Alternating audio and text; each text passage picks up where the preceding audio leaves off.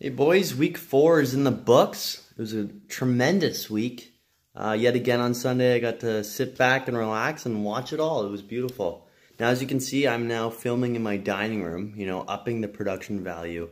No hands, I learned that I can rest a phone, so that's pretty cool. And I'm dressed up for work, although I'm probably not going to wear this to work. My Bengals, though, with a surprising 38-37 win against Atlanta. It was a tremendous game. I'll be going over my top 3 games of the week. But holy crap, my Bengals are legit. Going into the season, I thought they don't have a chance. They looked horrible last year, and I didn't think they did enough in the offseason to make themselves that much better. So, wow. All right, so to start off with our top performers of week 4, I split it up into quarterbacks because quarterbacks score so many points, especially this week. There were 5 400-yard passers, which apparently is the first time in NFL history. There were more points scored in the first 4 weeks of fantasy football ever. Or actually, I think, sorry, not just in fantasy football, in football there were more points scored ever in NFL history. It could be due to these new penalties that are allowing quarterbacks to survive, and also some different different penalties with the helmet rules, tackling a guy with their helmet and all that. Anyway, so moving on to our top performers of week 4. So I split it up. So we got our quarterbacks, our top 5 quarterbacks. Number 1 was Mitchell Trubisky, who is still a free agent because he's on a bye. No one picked him up over the waiver wire. Which this is the first time I've put out a video on a Wednesday. So, as you guys have probably seen, there is a weekly recap created by Yahoo, which is probably better than my weekly recap. And also the waiver wire's gone through. So I'll be able to go through the waiver wire in this video as well, which will just make it even longer. So that'll be fun.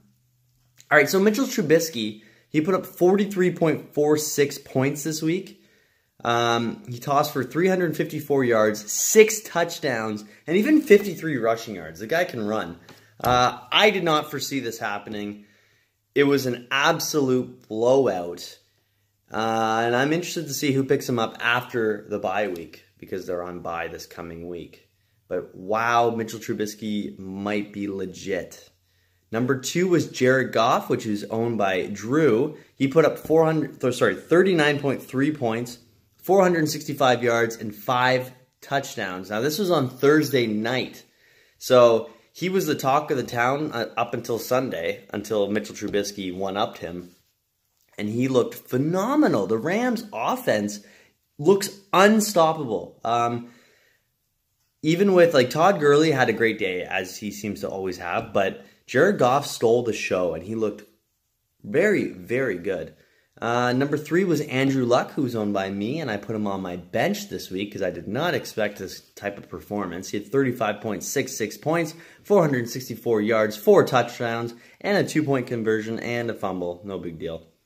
Number 4 was Derek Carr, who was on Blake's bench. He put up 33.58 points in an OT game against Cleveland, 437 yards, 4 touchdowns, 2 interceptions, and a 2-point conversion, which was a clutch one to tie it up late in the game. Deshaun Watson is number 5 for Steve, who is also on his bench. So what's this all about, eh? We're just benching all the best quarterbacks. 32.1 points, 375 yards, 2 touchdowns, 1 interception, 41 rush yards, and a touchdown. That's the beautiful thing about Deshaun Watson, is that he can run, and he ran in for a touchdown with relative ease. Now, because I split it up, so now we have our top 8. I'm going to make it the great 8. Top 8 flex players. So I'm going to, I guess, do this moving forward just because QBs really seem to kind of lead the charge here in points. So number 1 was my boy with a decent lead over everyone else, Alvin Kamara, 38.6 points. He had 134 rush yards, 3 touchdowns, rushing touchdowns, 9 targets, 5 receptions, and 47 yards. Now, after the first half, he had a good game, but it wasn't, most of what he ended up doing was in the second half. Number 2 was my boy again, Cooper Kupp, who on Thursday night went off for 32.7 points, 11 targets, 9 receptions, 162 yards, and 2 touchdowns. Him and Goff have a connection. And I remember when I drafted him, I thought, it's kind of a gross pick. He's looking nice. Ezekiel Elliott, Gavin. So Gavin and I faced each other. We had the 4 top players this week. What is going on here? I got a little bit of something there. Ezekiel Elliott, 32 points, 152 rush yards, 4 targets, 4 receptions, 88 receiving yards, and 1 touchdown. I believe it added up, if I could only do quick math right now, 240 yards total from scrimmage. Huge game. They need to pass the ball to Ezekiel Elliott. Like it's pretty obvious now that the offense needs to run through him because their offense is hurting. They have no wide receivers. Golden Tate was number 4 with 29.2 points. He had 8 targets, 8 receptions, so 100% receiving rate, 132 yards, and 2 touchdowns. He looked phenomenal, and a couple of those scores were relatively late in the game and made me poop in my big boy pants when I was watching the game because I was against you, Gavin. DeAndre Hopkins, number 5 with 27.9 points. Shane, you have him. And once Will Fuller went down, it was the Hopkins show, which is weird to say because last year it was the Hopkins show no matter what. This year, it's looking like Fuller is number 1 for Deshaun Watson, but it doesn't matter. He's hurt. So Hopkins is the number 1. He had 12 targets, 10 receptions, 169 yards, and 1 touchdown. Huge performance from him. Melvin Gordon, as I call him, Todd Gurley light, 27.4 points for my dad, 104 rush yards, 10 targets, 7 receptions, 55 yards, 1 touchdown, and a 2-point conversion. He just continues to produce no matter the opponent, no matter the game. James White was number 6. That's owned by you, Shane. What a huge game for him. 27.2 points, 44 rush yards, 1 touchdown, 10 targets, 8 receptions, 68 yards, and a touchdown. It was nice to see him perform because Sony Michel also had a huge game. So obviously the Patriots offense, when they play like the Patriots offense plays, when they're at their best, they can support 2 very productive running backs. Number 7, Jared Cook. The number 1 tight end on the year, 27 points, 13 targets, 8 receptions, 110 yards, 2 touchdowns. He's Derek Carr's number 1 guy. And I did not expect it coming into the year. But Dave must know some things. I think Dave has some secret sources because he's making questionable moves. But as I will go over, they're working out for you. So you know something that we don't know. I think you have an insider. You know someone in the NFL. And they're telling you things. Tariq Cohen round us out at number 8. Matt Winner, he was on your bench. 26.9 points, 53 yards, 8 targets, 7 receptions, 121 yards, and a touchdown. And he was Jordan Howard for the day. Jordan Howard was forgotten. I don't know what happened there, but Tariq Cohen was the number 1 back. So after 4 weeks, we have our standings. I'll go through the top 3. So the leader of the pack in the AFC is the Toronto Flatliners. That's you, Gavin, at 3-1 after losing to me. 520 points, 520.72 points produced by you after 4 weeks. That's, I believe, an average of I'm not going to do the math. Nope. 120. Nope, not happening. Not happening right now. I'm embarrassing myself. Anyways, you are averaging a crazy amount of points per week. Number 2 in the NFC is Finkel is Einhorn, who started 0-1 to start the year and looked like your season could be lost. You were talking to me like you were giving up. You're 3-1. You're first in the NFC, second overall, 494.06 points. Which, by the way, guys, when the playoffs eventually roll out, the top dogs in the number 1 seed in the AFC, number 1 seed in the NFC are the automatic 1 and 2. Because, as I'll say here, I'm number 3 overall. I'm number 2 in the AFC, 511.36 points. So I technically have produced more points than Steve. But because I'm behind Gavin in the AFC, I slot down to number 3 overall. And unfortunately, the last place team right now, don't give up. Just don't give up. In the AFC, the Magic School Bus, that's you, Bryce, with only 401.08 points. You've had a really tough start to the year. A lot of things are not going your way, but I will go over it. But looking over your team, you've got hope. Don't you worry. One thing I want to announce, I'm embarrassed to admit this. I didn't even realize. I've gone this whole year without realizing this. Finkel is Einhorn, your name, Steve. I didn't understand the name. I thought it looked weird, much like Riley's team, Little Sebastian. It's kind of like, what the heck name is that? I looked it up. It's from Ace Ventura. I recommend you, if you guys don't know what it's from, YouTube Finkel is Einhorn. And it's a great scene with Jim Carrey when he was a classic. It's so funny. Because Einhorn is a man. Oh, man. Such a good scene. And for this week, Kyle produced the worst fantasy score, I think, possible. 40.58 points. Dude, you made all the wrong moves. You know what? Nothing went your way. You picked up Will Dissly, who died. He's out for the season. That's when you know. When you pick up a guy, your one waiver wire move, I think it's your only waiver wire move. When you pick up a guy and he flops, you know you're in for a bad week.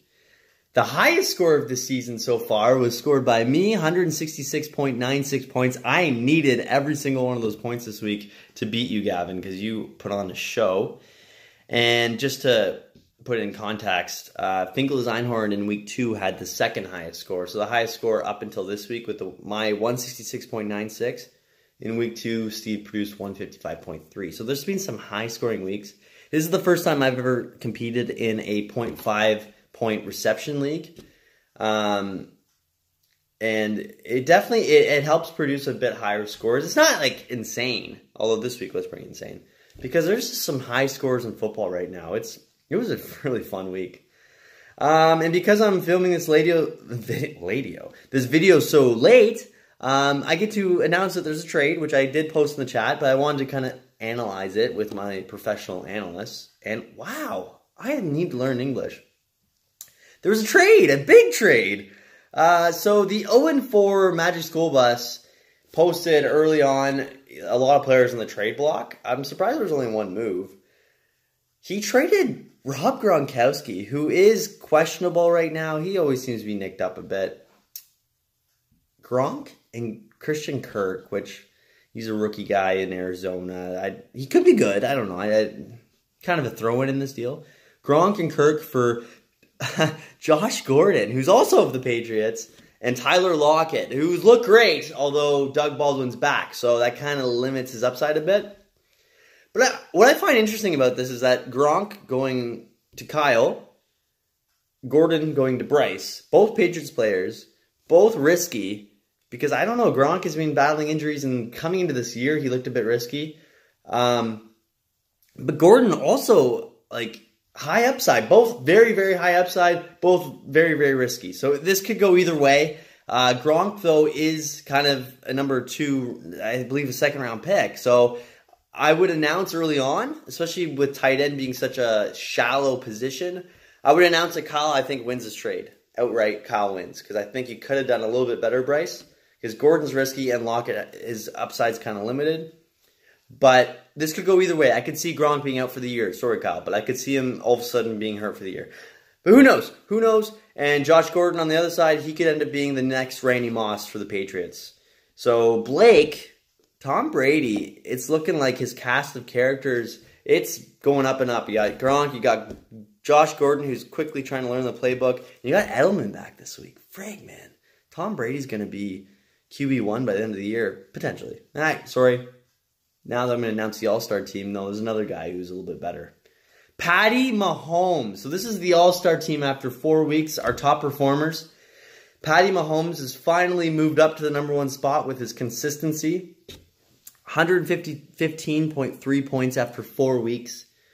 Didn't expect it. I was not looking to draft him. I thought he might be good, but I thought there'd be some, some struggles because he's technically, this is his first season. Like, he played in week 17 last year, but I don't even want to count that. So this is his rookie year, I would say. And just a little stat to throw out to you. Apparently his 192 yards passing outside the pocket on Monday night, according to ESPN, are the most in the last decade. The Broncos defense, who's been lit up quite a bit this year, they looked really good on Monday night. Up until the second half, they had Patty Mahomes on the run the whole night. Like, it looked like, ooh, this might be one of those games where Patty Mahomes is finally human. No, they used Kareem Hunt very efficiently, and this guy, like, there was one play, I hope most of you saw this, where he was flushed out of the pocket. He just barely escaped the pressure, and he had to, I don't understand how he did it, but he threw with his left hand and to get the first down. Like, it was crazy. Like, this guy is, you can just feel that energy, much like Baker Mayfield. There's like that energy that these guys will just do anything to win, and they know how to perform to get those wins, and sometimes it just takes that little bit extra. Anyways, okay, the number one running back is Alvin Kamara with 118.6 points. He's the number one fantasy producer. To outproduce quarterbacks is ridiculous, and Alvin Kamara is doing it so far. Mark Ingram's coming back, so I'm a little bit nervous, but I think he'll still produce extremely well. Todd Gurley, number 2 running back overall, 98.7 points. That's your guy, Steve. You can just dial him up every week for about 20 points every week.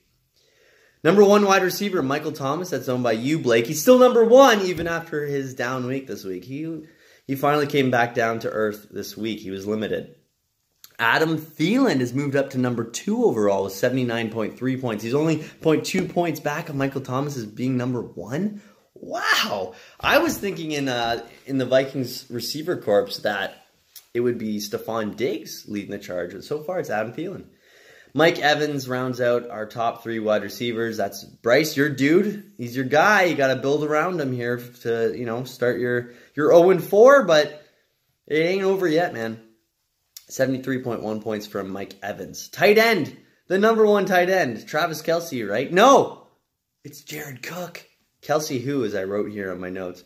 That's your boy, Dave. 62 points on the year. He's looking mighty, mighty fine. Oh, my God, Jared Cook. Sorry, a little swig of coffee. This is my morning. Jared Cook. So you trade away Travis Kelce because you knew you had the number 1 tight end. So why not get creaky hips, Adrian Peterson, who's the running back 12? I know, Gavin, you mentioned that. Running back 12 is Adrian Peterson after his week 3 bye. Or sorry, week 4 bye. Ooh, jumping the gun here. And then the number 1 flex player. So he's actually the number 3 running back. And he's the number 4 if you include the... No, sorry. He's number 3 overall. He's ahead of Michael Thomas, Thielen, Evans. 93.5 points from him. So he's a huge producer for you, Mr. Richard Little. And then my defense, Chicago Bears, they lead the charge with 58 points. Very nice. I had the Jags last year in our fantasy league, and it looks like I might have another gem of a defense. All right, so the waiver wire is over. It happened, and we have some wild bidding that happened. Kiki Kuti, $23 to you, Bryce. Wow, big spender. The number 2 was Gavin, who spent $6 trying to get him. $6. So you could have spent $7. But you know what? Why not throw some money if you want him, right? I've said that before. You've done it before, and if Will Fuller, if he is out for an extended period of time. I think he might be out this week. It sounds like his hammy issue is something to be concerned about. He looks really good. Kiki Kuti slots right in as the next Will Fuller. He's basically the same kind of guy. Very, very fast. He looks like a great pickup. Especially if they utilize him just like Will Fuller, he turns into a number 2, number 1 wide receiver. So I can see $23 is expensive, but with you trying to kind of build from your own 4 start, I see why you would do that. The number 2 spent dollars, that's a weird way of saying it, $11 for Nyheim Hines goes to Andrew. That's a phenomenal pickup, you know? You beat out Blake by $1. Blake he spent $10 trying to get him. So that's a huge pickup. He looked phenomenal for the Indianapolis Colts. Luck was really hitting him a lot after T.Y. Hilton went down. I think he left. Yeah, I believe T.Y. Hilton left in the 4th quarter and missed out on OT. So Nyheim Hines is a number 1 guy, much like a James White for the Patriots. And the number 3 spent dollars was $5 by me, Nick Chubb, which is kind of gross because I dropped Nick Chubb to pick up Rashad Penny, spent $7 on Rashad Penny. Now I'm dropping Rashad Penny for Nick Chubb, spent $5. I'm wasting money on these rookies, but he looked really good. He broke a couple big runs for touchdowns. I need somebody because my running backs aren't all turning out. Alfred Morris, I dropped his ass. I hate him. And then just some other pickups I wanted to mention. Blake Bortles to you, Gavin. He was the number 1 free agent right now. that seemed to be your thing. You picked up Fitzpatrick when he was number 1. You're streaming quarterback, and you're making some smart moves. Although quarterback is what haunted you this past week. Taywan Taylor was another good pickup by you. Shane, you picked up Cameron Brate, and you've already dropped him. You've already changed your mind. You're already lost. You picked up, I don't know how to say it. I'm a Bengals fan. I don't know how to say it. It's Uzomah, I believe. And I picked up Tyler Croft. So there's a bit of tight end battle there because Tyler Eifert went down, who I was really pumped about.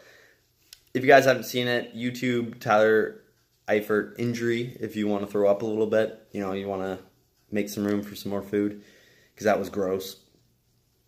So Brate's out there. I don't know why you did that because O.J. Howard, it sounds like he'd be out 2 to 4 weeks. So Brate is worth an ad. And then Kyle, you picked up Titans defense. They're taking on Buffalo. Buffalo looks brutal. Panthers were picked up by Dave. That's a good pickup. He used to be on Kyle's team. And then I picked up the Bengals. A little bit of bias there. I find once I start getting a little bias for my team, that's when it starts biting me in the ass. And Mike Davis was picked up by Steve for free after his huge week. I believe he had like 23 points. That was a good pickup. All right, moving on. This is a long video. Sorry, guys. Best 3 games of the week. My best 3, in my opinion. Titans took down the Eagles 26-23 in overtime. There was 3 4th downs that they had to convert. I believe penalties kind of helped them out a bit, but 3 4th downs in overtime. And it was with like the clock dying out too, so they played the full over. It was a long game. It was really exciting. I have not been interested by Titans games. They've seemed boring. This was finally an exciting one for them. And it was huge. My boy Corey Davis is on my bench, and he had an OT catch to win it with like 11 seconds left. Oh, man. If you haven't seen it, I recommend you check the highlights of that game. Extremely exciting, especially because Titans were the home team as well, so they're driving down the field, the clock dying out, and they end up winning it. Like, oh, man, it was so good. So good. My number 2 game of the week was the Raiders taking down the Browns. And there's a lot of OT games. 45-43. Tons of points scored in this game. The Raiders just barely pulled it off. It's John Gruden's first win with the Raiders since he's come back as a coach. And it was Baker Mayfield's first career game. So Baker Mayfield looked good. I think his receivers actually let him down a bit. And Derek Carr looked good. He matched him, you know. And it was a very exciting game. Oakland was losing. They had a late touchdown and a 2-point conversion to tie it, to send it to overtime, which made it extremely exciting. And yet again, OT win by the home team. You got the crowd cheering. Very, very exciting. And then my number 3 game of the week, not to be forgotten, was that Thursday night game. Remember that Thursday night game? 38-31, Rams took down the Vikings. What looked to be 2 powerhouses coming into the season, and I thought the Vikings put on a great performance. The Rams were up early. It looked like they had a big lead. Vikings chipped away and came back. Their defenses let them down, although the Rams' offense is really good.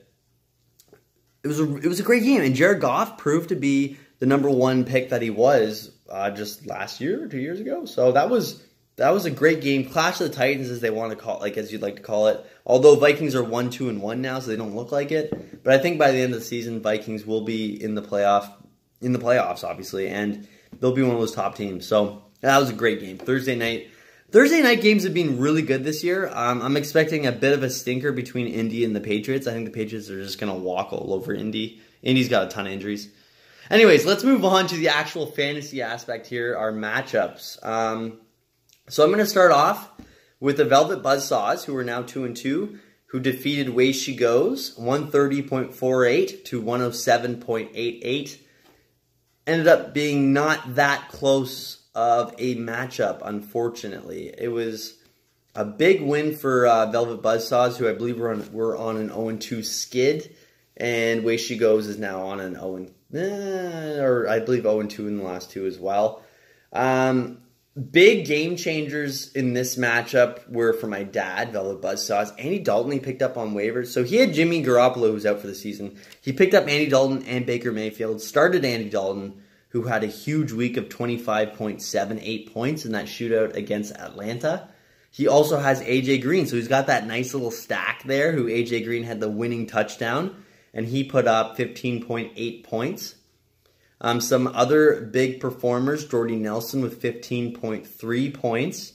That's his second TD in the last 2 games. He's looking very productive. That was another good waiver wire ad. So it goes to show that the team you draft isn't necessarily the team that's going to win it for you. You got to make moves throughout the season. Keep on trying to create the best team possible. You also had Melvin Gordon, who had a big week, 27.4 points against San Fran. That was a tight win. The Chargers were huge favorites in that one, and they ended up being very, very close. San Fran had the lead for multiple points in that game.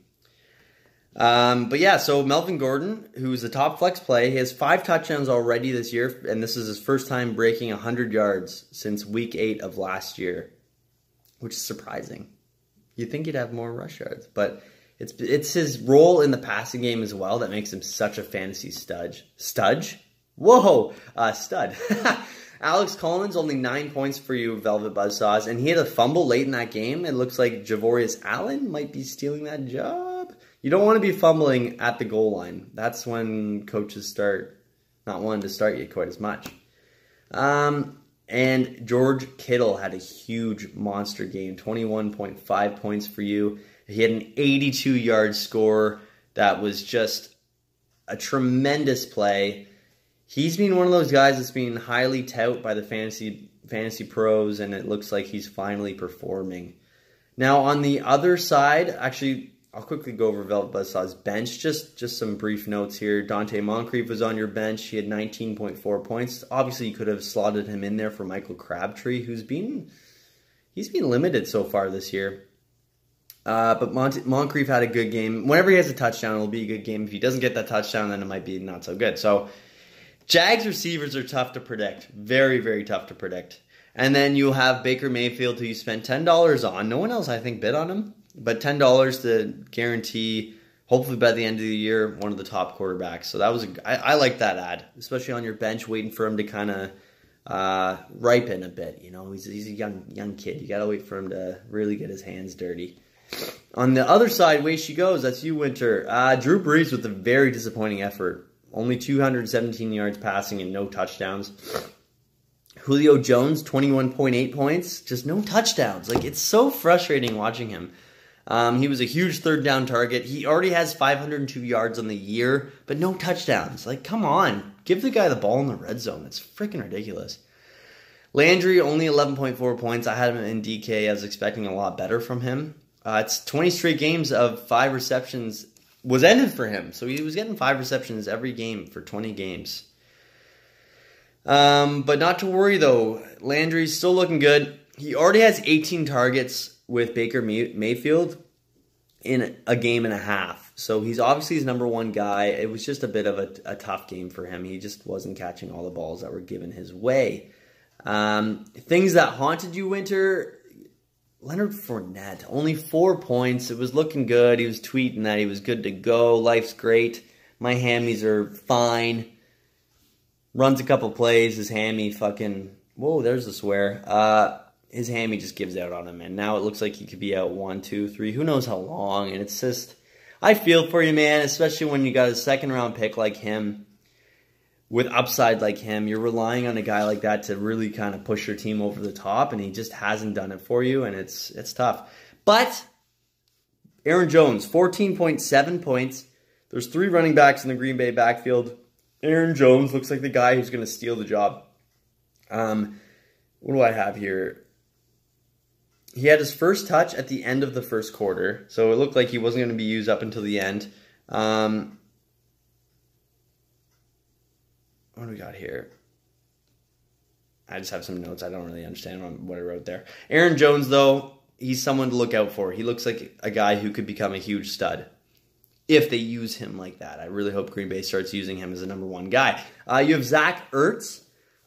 He put up 16.2 points. He had 24 targets with Wentz in 2 weeks. So he's Wentz's number one guy. He is someone you can consistently plot in there and just expect points from because Wentz loves him. Wentz loves him. Now, Sterling Shepard had 20.7 points for you. He really helped give you some sort of chance, although I'm sorry it didn't look like he had a chance the whole time because Velvet Buzzsaw has really produced well. But Sterling Shepard is a guy to look out for. He was someone I wanted going into the draft. You picked him earlier than I expected. He's looking good. He's questionable right now, but I believe he's fine. I haven't heard any bad news there. And then looking at your bench, you had Tariq Cohen on your bench, who had 26.9 points. He was one of the grade 8 this week. And you would have liked to put him in there over Fournette, but why would you ever do that? So it is what it is. Now at least you got him for next week. And oh crap, he's on a bye. Oh man, I'm sorry, dude. And you're against me, so I do not mind that. You also have Rex Burkhead on your bench, who is on the IR right now, which is, man, that's tough. I offered you some trades early on. You should have accepted.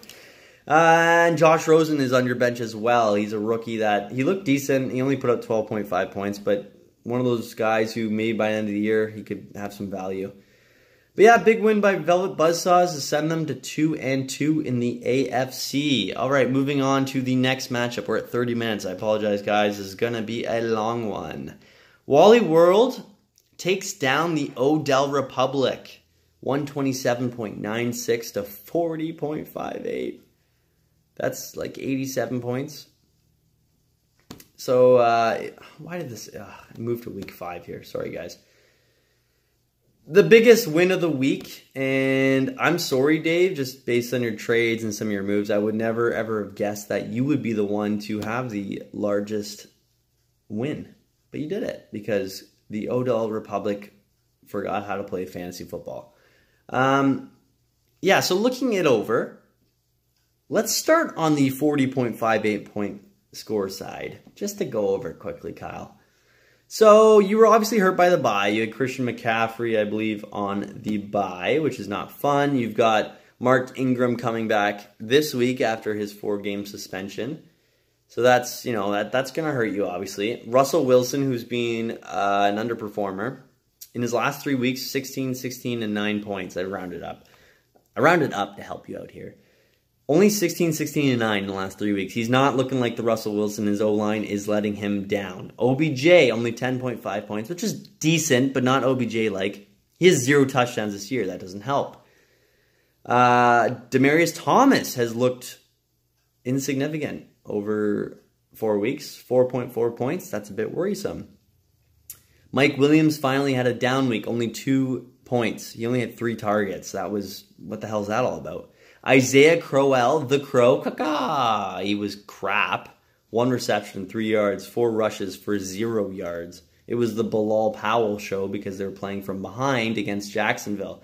Now, it is against Jacksonville. They are really good on defense, so things like that are going to happen, but that's pathetic. Like, yikes, he was barely even utilized. Theo Riddick, unfortunately, you had to slot into your starting roster as one of your starting running backs. 4.7 points. He never looks that good. Will Dissly, you picked up 1 point, and then he got hurt. Torn patella tendon, which I heard, he's out for the season, but I heard it's one of the most serious injuries. And is that like around the knee, a tendon around your knee? Like, yikes, I didn't see the injury. I assume it was relatively gross, maybe? Who knows? And then looking at your bench, let's see if you have anyone. So you got Mark Ingram and Christian McCaffrey next week, so that's big. I face you in week 6. I'm not looking forward to that duo. Although, wait. Mark Ingram and Kamara will be on their bye. That'll be interesting for us, eh? Well, that kind of neutralizes. But Antonio Callaway on your bench there, 6.9 points this week. He had 9 targets, though, and he's one of those guys, he's much like my boy John Brown. He can break it. He can end up with a 70-yard score any week. So, someone to look out for. He's had 24 targets so far, but only caught 10 balls. He's got to become more effective. But I like him. I think he's one of those upside plays. And then Evan Ingram is on your bench right now. You traded for Gronk, though, so that's going to be looking nice for you. He's out 2 to 4 weeks with an MCL sprain. So your team was absolute crap this week. I don't think any team will do that bad ever again. So it's tough, man. You're one of my best friends, so I don't want to rip on you too hard. But, dude, that's embarrassing. And I know we were talking over Xbox Party Chat. You were not in a good mood. All right, so on to the winning side. Dave, Mr. making questionable trades, making pickups that I don't always understand. You are looking mighty fine, my friend. Matty Ice, Matt Ryan, 29.26 points. He's already, in the last 2 weeks, he's got 793 pass yards and 8 touchdowns. He's the number 2 quarterback overall. Did not see that coming. When you got a guy like Calvin Ridley and Julio Jones paired together, Atlanta is looking like one of the best offenses in the league right now. And they're getting Devonta Freeman back next week. Antonio Brown, 14.7 points, which is good, and that's not even Brown's best. He's had 52 targets already this year and only 29 catches, so I expect his efficiency to move up. Robert Woods, 18.6 points. He was huge on Thursday night. And the last two, he has 100 yards and a touchdown at least. Tyler Boyd, your big waiver wire pickup, 15.5 points. I'm a Bengals fan, and as I keep saying, he's one of those guys last year I saw a lot of, and I didn't like what I saw. And I didn't think coming into this year he would be effective. He is he's number 2, their number 2 guy. He's better than AJ Green some weeks, especially with him battling injuries. He has a TD or 100 yards in the last 3 games, 31 targets in the last 3 games. And a lot of third down plays, Andy Dalton is hitting Boyd. He's become kind of that like comfort guy for him. I never saw that coming. So that is looking very, very nice. You've got Tevin Coleman, only 9.2 points. He didn't really take advantage of his time without Freeman there, and Freeman's coming back week 5, so that's a bit concerning. Javorius Allen, only 5.7 points, but he's trending up because Alex Collins, he fumbled on the goal line, and things are looking dangerous there. Jared Cook, 27 points. Holy crap. He's the number 1 guy, and he is Derek Carr's number 1 target. What a pick, man. I guess Travis Kelce was expendable, although he's been performing, and I still hate the trade. Dalvin Cook, only 2 points for you, though, and that is concerning. He's been battling these hamstring injuries are just such a pain. Dalvin Cook, I really hope that you hear some good news over the week that he is improving. But yeah, it is what it is. Now, moving on to your bench, you've got some guys here. TJ Yeldon, who you traded for. It was a trade, I believe you gave up Kenny Stills and Chris Hogan. Kenny Stills, Chris Hogan. I thought you lost this trade outright. I thought it was like, what are you doing, man? You're getting a bunch of scraps. No, TJ Yeldon, 21.5 points this past week. Going next week, it looks like he'll probably do even better. Fournette might be out 2 weeks, 3 weeks, who knows how long. So this is the number 1 running back that you got in this trade. Eric Ebron, you also got in that trade. With Jack Doyle out, he's been phenomenal. He's getting like a touchdown every game. You got Adrian Peterson on your bench here. He was on bye last week. You didn't need him. You still won. Creaky hips. Looks phenomenal. He's the RB12, even with his bye week included, which is, I didn't expect that. Cam Newton was on a bye last week. He's one of those high floor guys because of his rushing yards and potential rushing touchdowns. So, Dave, I just want to apologize to you because I think I was a bit hard on you. I was rooting for you. I was a bit hard on you early on, but your team is looking just as good as a lot of the other top teams. So, good job, man. I love stories like this. I know that you're newer to fantasy football. You've made some moves that look a little bit questionable, but your team is looking great, and you're making good moves, man. I'm very impressed. Very, very impressed. Okay, moving on to the next matchup. My favorite matchup, the best matchup of the week. Let me just load her up here. It was the Super Camario Bros taking down the Toronto Flatliners. Now, much like how the Vikings and Rams were kind of like one of those, battle of the Titans, Clash of the Titans. I would call this Clash of the Titans. How about that? Super Camario Bros, 166.96 to move to 3-1. Beat down the Toronto Flatliners, 143.84, who are also now 3-1. You are holding on to first place just for now, but I took out a little chink of your armor there. No big deal, no big deal. All right, so looking it over, let's start with the Super Camario Bros. Big Ben, I started the wrong quarterback. Andrew Luck went off. I messed up there, but I didn't need him. I knew I wouldn't need him. Keenan Allen hasn't done much this year, only 9.8 points. Only has 1 touchdown this year. Cooper Kupp went off on Thursday night, 32.7 points. I loved that. That made me feel so good at going into Sunday. I was like, you know what? I got some hope here. But Brandon Cooks with 22.1 for you kind of offset it a little bit. I didn't like that. John Brown, 19.4 points on Sunday night. Ooh, he's got only 15 receptions, but 338 yards and 3 touchdowns. He's got to be one of the biggest deep threats, if not the biggest deep threat in the league right now. Alvin Kamara, 38.6 points. He's the top running back. He's a top fantasy player. 611 total yards from scrimmage and 6 touchdowns after 4 weeks. That's enough said about him. Kerryon Johnson, 12.1 points. He got a touchdown, which was huge. He trucked a guy. That had me rooting hard. I really need him to become the number 1 guy back there. LeGarrette Blount keeps dipping into my freaking... Get out of there, Blunt. Why do they play him? The guy is slow as molasses. Tyler Eifert, gross injury. As I said earlier, YouTube it if you want to puke. Rolls-Royce Freeman, 3rd straight game with a touchdown, but Philip Lindsay keeps stealing carries, and it's pissing me right off. And then on my bench, 2 guys to announce here. I had Corey Davis with his first career touchdown, which I didn't realize that. First career touchdown. But he went off for like 26 points. Apparently I didn't need those points. And then obviously Andrew Luck was the other guy on my bench who I didn't need. No big deal. All right, on to your team, Gavin. Ryan Fitztragic, as tweeted by Andy from the Fantasy Footballers. Yikes. A nice little quote here. So he had 126 pass yards and 1 interception. Obviously, he was replaced by Jameis Winston in that game, and he is done for the year. That's it. No more Fitzpatrick. No more Fitzmagic. Magic. And apparently the coach said during week 3, he was 1 or 2 plays away from being replaced. So it sounded like he was on a short leash to begin with. Golden Tate, 29.2 points. He was one of the great 8 this week. He was phenomenal, and I hated watching him just get pass after pass from Stafford last week. Brandon Cooks, huge week. Calvin Ridley, it looked like finally he might quiet down a bit, and then he ended up having 2 touchdowns throughout that game. Later in the game, but throughout that game. Calvin Ridley's looking great for you, man. Ezekiel Elliott with 32 points. He was a monster. Yeah, it was 240 total yards. Now, this is the turning point in this game. So, the Chicago Bears scored 48 points, and Jordan Howard mustered only 2.5, which is just weird. I don't even know how they pulled that off. Travis Kelce, which I still hate that trade. I hate you for that trade. You gave up old man AP for Travis Kelce, 2nd-round pick. I'm going to say this every freaking week.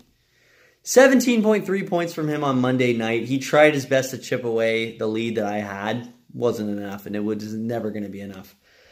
Carlos Hyde, 14.2 points. He's been a big producer for you, and I picked up Chubb. I'm waiting for that injury. I'm coming for you, Carlos Hyde. He gets hurt every year, and I can smell it. It's coming. It's coming.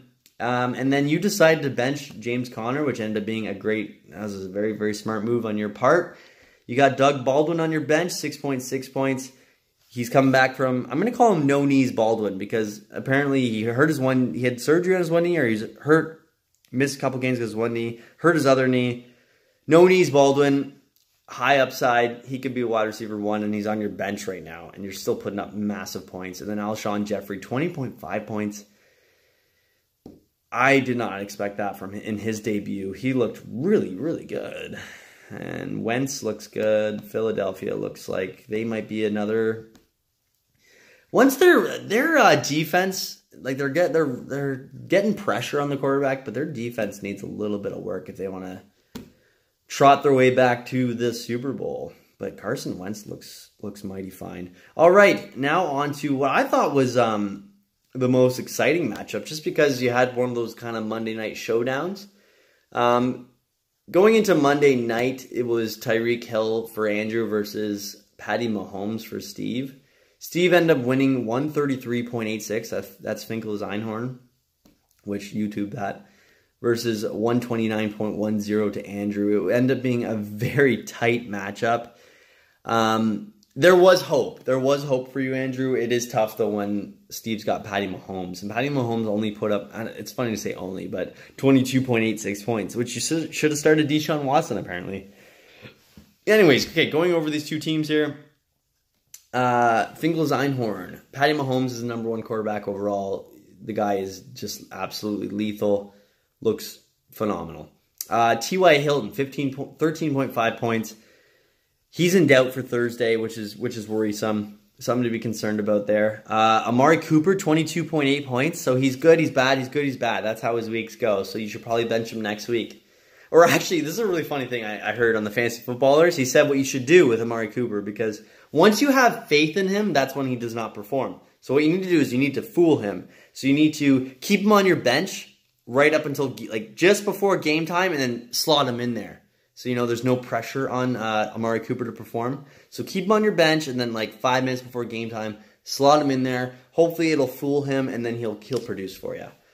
Will Fuller looks concerning. He hurt his hammy. He might be out next week. So look out there. Look out there. Todd Gurley, 23.6 points. Just a solid performer. Solid performer. Matt Breida, 8.6 points. He's averaging 7.8 yards per touch, which is pretty darn impressive. Austin Seferian-Jenkins is kind of just... Honestly, man, who do you have on your bench? I'd look into getting... Oh, no, you have Jordan Reed. Okay, you're good. You're fine. You're fine at tight end. Sorry for questioning you, because you have become a true fantasy stud, apparently. Chris Godwin, only 3.2 points this week.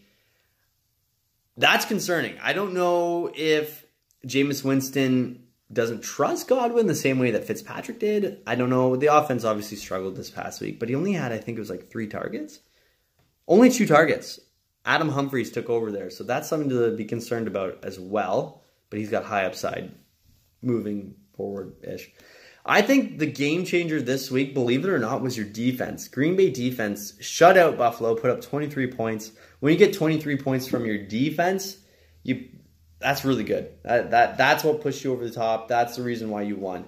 Now, just looking at your bench, you got Deshaun Watson. So you have the best quarterback tandem. It really doesn't matter who you slot in there. 32 points you missed out on from him. You didn't need those points. Taylor Gabriel, 26.9 points. He had a monster week, which was weird because on the flip side, Andrew, you're the one who has Allen Robinson, who did nothing yet again in a 48-point game. So Allen Robinson and Jordan Howard, the number 1 wide receiver, number 1 running back, did nothing. Allen Robinson did a little bit, but barely. And it was a 48-point game. Just, I don't know. Sometimes, football, you can't predict it. But yeah, Taylor Gabriel has become an interesting guy. You have him on your bench. I saw you picked up Ronald Jones. Peyton Barber looks like he's losing that job, so that is a nice pickup. And then you got Lev Bell just sitting there. There's been news that apparently he plans to rejoin the team for week 7. That's their bye week. And then week 8, he could be back. Does that make you wish you kept him, Andrew? I don't know. That trade you made, okay, I'm not going to... You lost this week. I don't want to put salt in the wound. On your side of the duel this week, Jared Goff, 39.3 points. Thursday night. He ended up being QB2, but it looked like he was going to be QB1. He's averaging 354 yards, 3 touchdowns over the last 3 weeks, which is really freaking good. Tyreek Hill, 10.10 points. Average week. If he doesn't get that burner play where he gets behind the cornerback and safety, he had 13 targets though. But yeah, if he doesn't get behind and get that huge touchdown, he's not going to put up huge points. Allen Robinson, 9.3 points. It looked good for him because he had a touchdown, but he only had 23 yards and 2 receptions, which that baffles me. What else do we got here? Marvin Jones, 7.1 points, and Kenny Golladay, Mr. Smooth Route, seems to be stealing that job. Gio Bernard, 23.6 points. That's been a huge waiver wire ad for you. He tried his best to help you get the win this week. And you got Joe Mixon, who could be back this week, so it doesn't matter. If you were not the Joe Mixon owner, it would be concerning, but you're fine. As long as it's clear who is the number 1 guy next week. Duke Johnson, 11.6. He chipped in. He looked fine.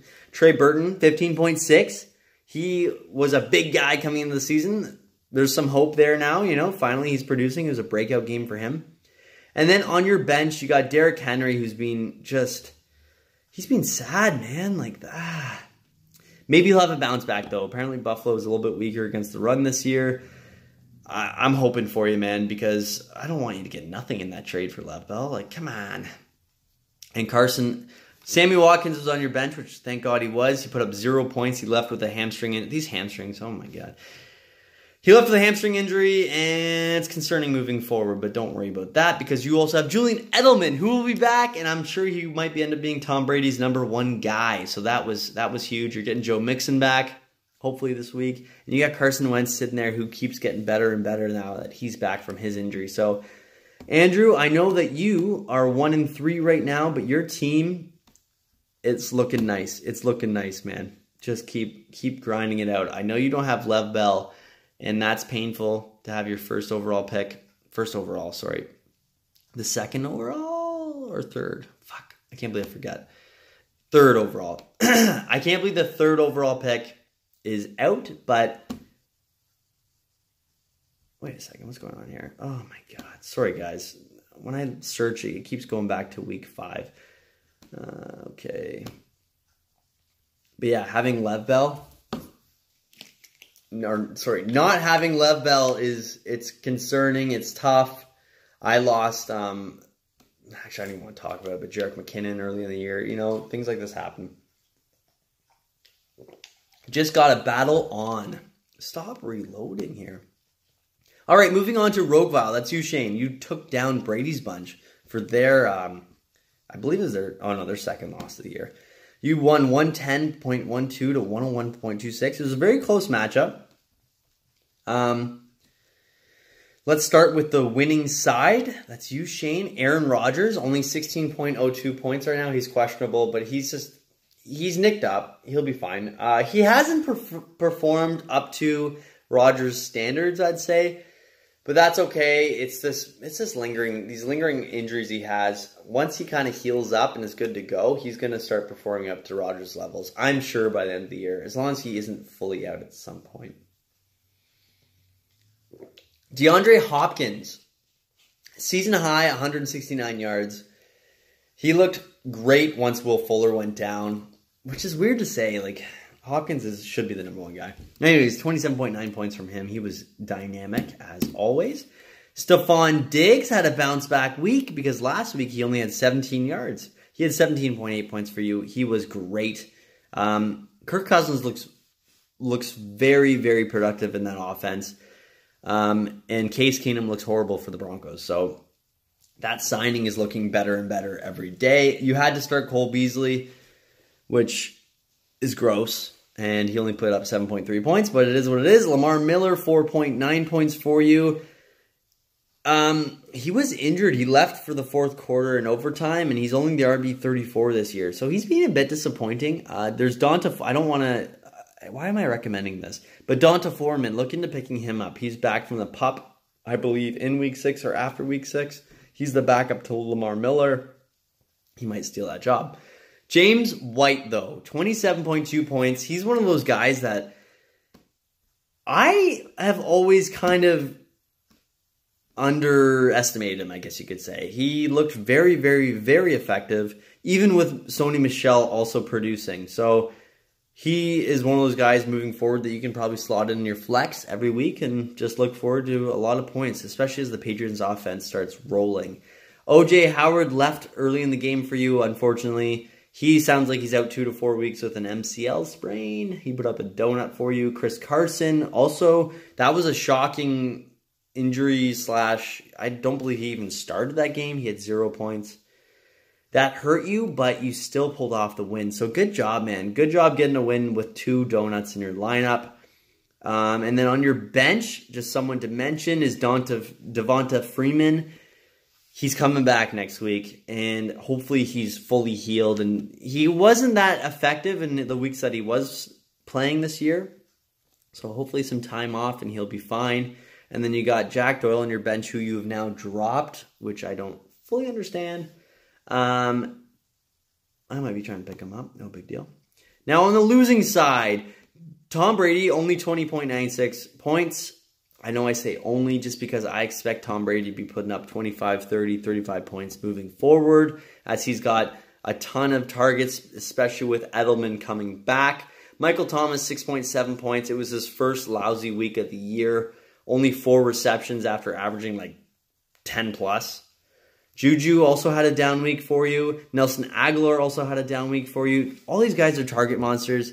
I'm amazed that all 3 of them struggled for you. And then finally, Kareem Hunt blew up and put up 25 points. He was finally utilized in a game where it looked like the Broncos may have answered the lethal Patrick Mahomes passing game.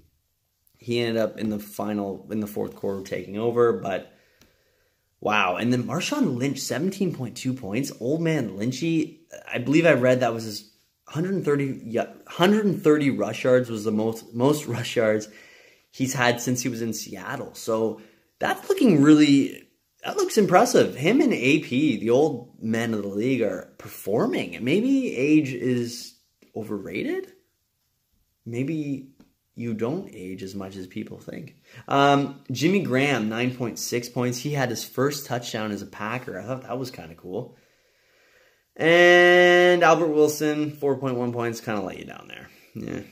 You had Deshaun Jackson on your bench, 13.7 points. If you had slot him and Derek Carr, 33.58. Oh, if you slotted both those guys in, you would have had the win this week. That's always painful. It's always painful when you've got guys on your bench who you should have started. And if you had started, you would have got the win. But it happens, man. Fantasy football is tough, and I do it every freaking year. Every freaking week, I probably start the wrong guy. All right, on to the last matchup, guys. I know this is a freaking long video, but I'm having a great time doing it. All right, so the last matchup of the week, Lil Sebastian took down the 0-4 Magic School Bus, 118.6 to 102.8. Pushes Lil Sebastian up to 3-1. We've got Gavin, myself, and you, Riley, all tied at 3-1 right now in the AFC. It's looking like a mighty competitive race. Now, let's look at your team. You got Phillip Rivers, 22.7 points. He's had multiple TDs in every game. And fun note here, he passed John Elway for 8th most career passing yards. I would never think Phillip Rivers is a guy to do that, but he did it. He's that good. Even though he throws like a... I don't want to be sexist, but he kind of throws like a girl. I don't know. He's weird. Devontae Adams... 12.1 points. He's been very, very effective, even against a good Buffalo defense. Sorry, a good Buffalo cornerback. Tre'Davious White, I believe is his name. He's one of the best shutdown guys in the league, and Devontae Adams still put up points against him. Adam Thielen, 23.5 points, the number 2 wide receiver on the season. Emmanuel Sanders, 8.8. He looked like the number 1 guy early in the year. He's kind of cooled off. Case Keenum is being garbage. Saquon Barkley, 19 points. Hey, Poochie, no, I know I looked at you, but just leave me alone right now. Saquon Barkley, 19 points. I'm still expecting bigger things from him. He's been producing, and I expect bigger and better from him. Like, maybe just a nudge below Alvin Kamara numbers. Is that too high? I'm pretty high on him. 19 points from him. Kenyon Drake, only 2.1. That's 2 weeks in a row that he's been garbage. I'll trade for him. Kyle Rudolph, 8.2 points. He's just consistent. He's solid. Whatever. Sony Michel, though, he is a spicy meatball for you. 17.2 points, 112 yards, and a rushing touchdown. Coming into the year, a lot of people were saying maybe he was drafted in the first round. He could be that number 1 stud running back for the Patriots, who, although they seem to always have a murky backfield, they seem to still produce number 1 running backs, a.k.a. Dion Lewis, last year. And then on your bench, you had Chris Thompson on the bye, which hurt, but it didn't matter. You still got the win. Jay Ajayi on your bench, which was a smart move. He put up 9.6 points, which isn't very much, but he looked good. Coming in, he had that back injury. It didn't look nice, but he seemed fine, which is nice because he battles injuries a lot. And then Kenny G, Mr. Smooth Routes, 9.4 points. Marvin Jones, look out, man. Your job is being stolen. Now, on the other side, the Magic School Bus. Kirk Cousins put up 31.68 points for you on Thursday. He made it look like you had a chance, although Adam Thielen on Riley's side kind of neutralized it a bit. He gave you that hope after Thursday. Mike Evans, who was the number 3 overall wide receiver, was meh this week. D.D. Westbrook, actually just another note on Mike Evans. You got Jameis Winston leading the charge now.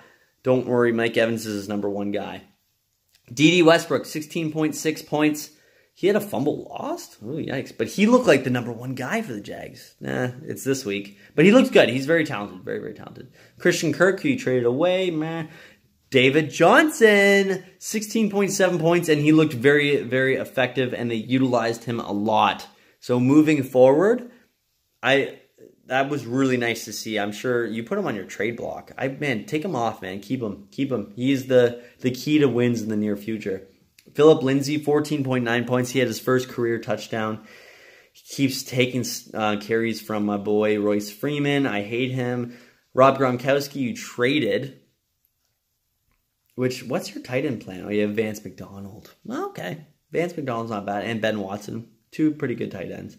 And then LeSean McCoy, 5.2 points only from him this week. I'm expecting bigger and better things as he kind of heals up from multiple injuries. He had that rib fracture. I'm actually amazed that he even played last week.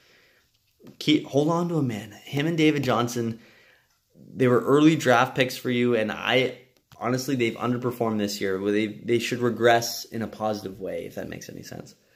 You got Peyton Barber on your bench. You might want to look into dropping him. Funchess was on the bye. Once you slot him again, he's a number 1 tight end, touchdown target for Cam Newton. And then Marlon Mack put up a big donut because he didn't even play. He's someone to, I don't know. He's concerning just because I believe it's hammy.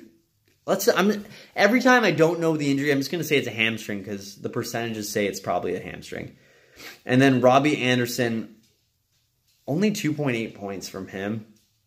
He's done nothing. He has 108 yards and 1 touchdown in 4 games. I don't get what's going on there. I guess him and Sam Darnold just aren't really clicking. Anyways, boys, I've hit an hour on this video, which I'm sorry. I'm sorry. If you guys are bored, I apologize. I wanted to go through everything. I took notes last night. I put a lot of work into this one. A lot of notes. A lot of notes. Probably too much work. I don't know if I'm going to do that. Also, looking at my notes here, you bought Vance McDonald for $19, so I assume he's your new Gronk. And he looked, that stiff arm he had 2 weeks ago, wow. The guy, he's big. He can bully guys, I guess. He could be the next Gronk. You never know. And the Steelers like to air it out a lot. All right, so that was a great week. Thursday night, we've got Andrew Luck and the Indianapolis Colts taking on Tom Brady and the New England Patriots. I don't know what to expect in this game. I'm expecting the Patriots to dominate just because Indy went to OT. They had a really physically tiring game, I would expect. They're battling a lot of injuries. T.Y. Hilton might be out. Jack Doyle is out. Marlon Mack might be out. Probably is out. I'm expecting a big Patriots win, but you never know. Thursday night games can be a bit messy. So the waiver wire has obviously ended. I'm expecting to see some more trades. I'm looking to make some trades. I want Kenyon Drake from you, Riley. And the Leafs play tonight. So for you Leafs fans out there, let's get the season started with a big W against the Montreal Canadiens. Ooh, they suck. Anyways, I am excited for week 5, boys. I hope you are too.